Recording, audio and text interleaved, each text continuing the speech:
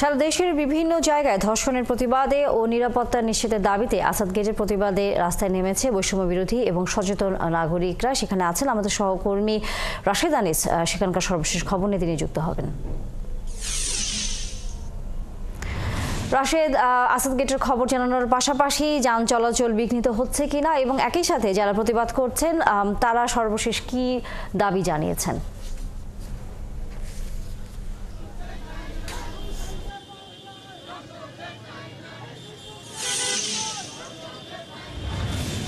তানিয়া গেল আমি যদি বলি প্রায় 1 ঘন্টা ধরে তারা কিন্তু আসাদ গেটের সামনে অবস্থান নিয়েছেন। তারা যেটি বলছেন, তারা আসলে বৈষম্য বিরোধী যে আন্দোলন হলো, ছাত্রদের যে আন্দোলন হলো, সেই ছাত্রদের আন্দোলনে কিন্তু তারা অংশগ্রহণ করেছিলেন এবং এখন যে দেশব্যাপী ধর্ষণ, ছিনতাই, চুরি যা হচ্ছে এবং আইন শৃঙ্খলা পরিস্থিতি যে অবনতি হয়েছে সেটি নিয়ে কিন্তু তারা এখানে রাস্তায় অবরোধ করেছেন।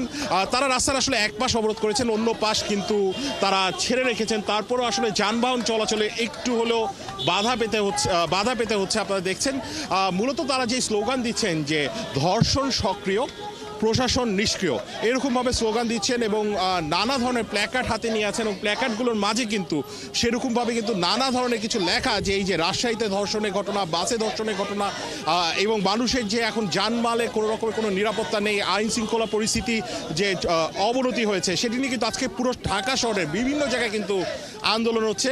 তারা সংখ্যায় যে কম হলেও কিন্তু তারা কিন্তু তাদের যে দাবি সেটি কিন্তু সড়কের মাঝে দাঁড়িয়ে কিন্তু সেই দাবি জানাচ্ছেন। আমি যদি দুই একজনের সাথে কথা বলি, আমরা দেখছি তানিয়া প্রশাসন কি শুধুই দর্শক সেরকম। আমি যদি একটু আপনার সাথে কথা বলি, আপনারা এখানে দাঁড়িয়েছেন, বিষয়টি একটু বলবেন। আমরা একটা ইভেন্ট লঞ্চ করেছি, ইভেন্টের নাম হচ্ছে প্রশাসনের ঘুম ভাঙায় ধর্ষকদের বিচার চাই। এটা মূলত আমরা যেটা আশা করেছিলাম যে নতুন বাংলায়, আমাদের যে স্বাধীন বাংলায় আমরা যেটা আশা করেছিলাম যে জুলাই পরবর্তী সময়ে যারা ইন্টারিম সরকারেও আছেন বা যারা সামনের সারির যোদ্ধারা আছেন, যারা দায়িত্ব পালন করছেন, তারা দেশের অরাজকতা, অন্যায় বা আপনার ধর্ষণ এইসবের বিরুদ্ধে তারা কথা বলবেন। কিন্তু দুঃখজনকভাবে আমরা তাদেরকে কোনো স্টেপ নিতে দেখিনি। তারা বোবা ভূমিকা পালন করেছেন, তারা স্লিপিং পিল খেয়ে বসে আছেন, তারা চোখে কিছু দেখছেন না, মুখে কিছু বলছেন না। তাই আজকে আমাদের ছাত্র জনতাকে এবং সাধারণ মানুষকে এই রাস্তায় এসে কথা বলতে হচ্ছে। আপনারা কতক্ষণ আসলে এখানে থাকবেন বলে ভেবেছেন? আমাদের হচ্ছে আমরা শুরু করেছি 11টায়, এর আগে থেকে জনগণ আসা শুরু করেছে যতক্ষণ না পর্যন্ত প্রশাসনের টনক নড়ছে। মূলত আমাদের এটা প্রশাসনের বিরুদ্ধে, ধর্ষকদের বিরুদ্ধে একটি কর্মসূচি। আমরা দেখছি যে আপনারা আসলে প্ল্যাকার্ড হাতে নিয়ে দাঁড়িয়ে রয়েছেন। আপনারা আসলে কি বার্তা দিতে যাচ্ছেন? আপনাদেরটা কি শুধু ধর্ষণ নিয়ে, নাকি হচ্ছে এই যে গুম, তারপর হলো যে নানা ধরনের ছিনতাই হচ্ছে সেগুলো নিয়ে? আচ্ছা, আমরা মূলত আজকে এই কর্মসূচিটা দেওয়ার অন্যতম যে মূল কারণ ছিল সেটা হচ্ছে আমাদের দেশে মা বোনরা কোনোভাবে নিরাপত্তা পাচ্ছে না।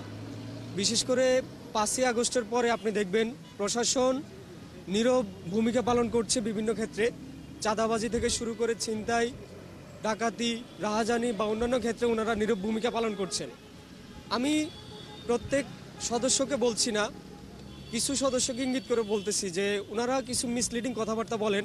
যেমন রাজশাহীর যে ঘটনা, সেটা সারা বাংলাদেশের মানুষ জানে। সেখানে আপনাদের ছোট করে একটু বলবেন আপনাদের দাবিটা ছোট করে। আমাদের মূল দাবিটা হচ্ছে এই যে চারদিকে ধর্ষণ হচ্ছে, এই দর্শকরা যাতে ভয় পায় ধর্ষণ করতে, প্রশাসনের ওইরকম কঠোর স্টেপের দাবি জানাচ্ছি আমরা। অসংখ্য ধন্যবাদ। আপনি শুনছিলেন তানিয়া, তারা কিন্তু আসলে ধর্ষকরা যাতে ভয় পায় এবং প্রশাসনের যাতে হলো যে আইন শৃঙ্খলা অবনতি সেটি যাতে উন্নতি হয় সেটি কিন্তু আসলে তারা চাচ্ছেন।